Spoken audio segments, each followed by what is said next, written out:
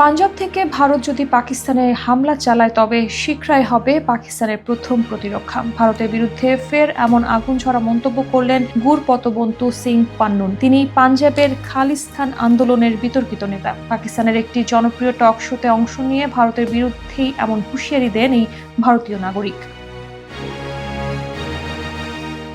পাকিস্তানের সংবাদ মাধ্যম জিও নিউজের জনপ্রিয় রাজনৈতিক আলোচনা অনুষ্ঠান জিরগাতে ৩ মে ভার্চুয়ালি অংশ নেন পান্নুন। তিনি বলেন, ভারতীয় সেনাবাহিনীতে থাকা শিখরা জানেন তাদের আসল শত্রু পাকিস্তান নয় বরং ভারত নিজেই। তার দাবি, শিখরা ভারতের প্রধানমন্ত্রীর পক্ষে নয় বরং পাঞ্জাবের স্বাধীনতার জন্য লড়তে চায়। তারা চায় নিজেদের স্বাধীন ভূমি। ভারতের ভেতরে স্বাধীন পাঞ্জাবের নাম হবে খালিস্তান। এমন হুঁশিয়ারি দিয়ে পান্নুন বলেন, যদি কোনো শিখ সেনা পাকিস্তানের বিরুদ্ধে হামলা চালানোর চেষ্টা করে তবে তাকেই পরাজিত করা হবে। এই খালিস্তানপন্থী নেতার মতে স্বাধীন পাঞ্জাব বা খালিস্তানি পাকিস্তানের রাজনৈতিক ও অর্থনৈতিক সমস্যা থেকে মুক্তির একমাত্র পথ।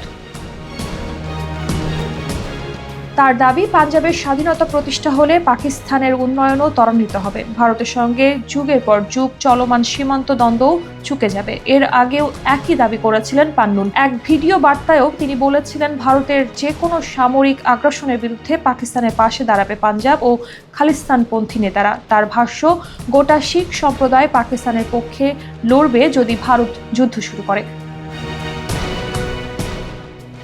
গুরপতবন্তু সিং পান্নুনের এই বক্তব্য নিয়ে ইতোমধ্যেই তোলপাড় শুরু হয়েছে ভারতের রাজনীতি অঙ্গনে। নিরাপত্তা বিশ্লেষকরা বলছেন, এমন মন্তব্য ভারতের অভ্যন্তরীণ নিরাপত্তার জন্য মারাত্মক হুমকি তৈরি করতে পারে।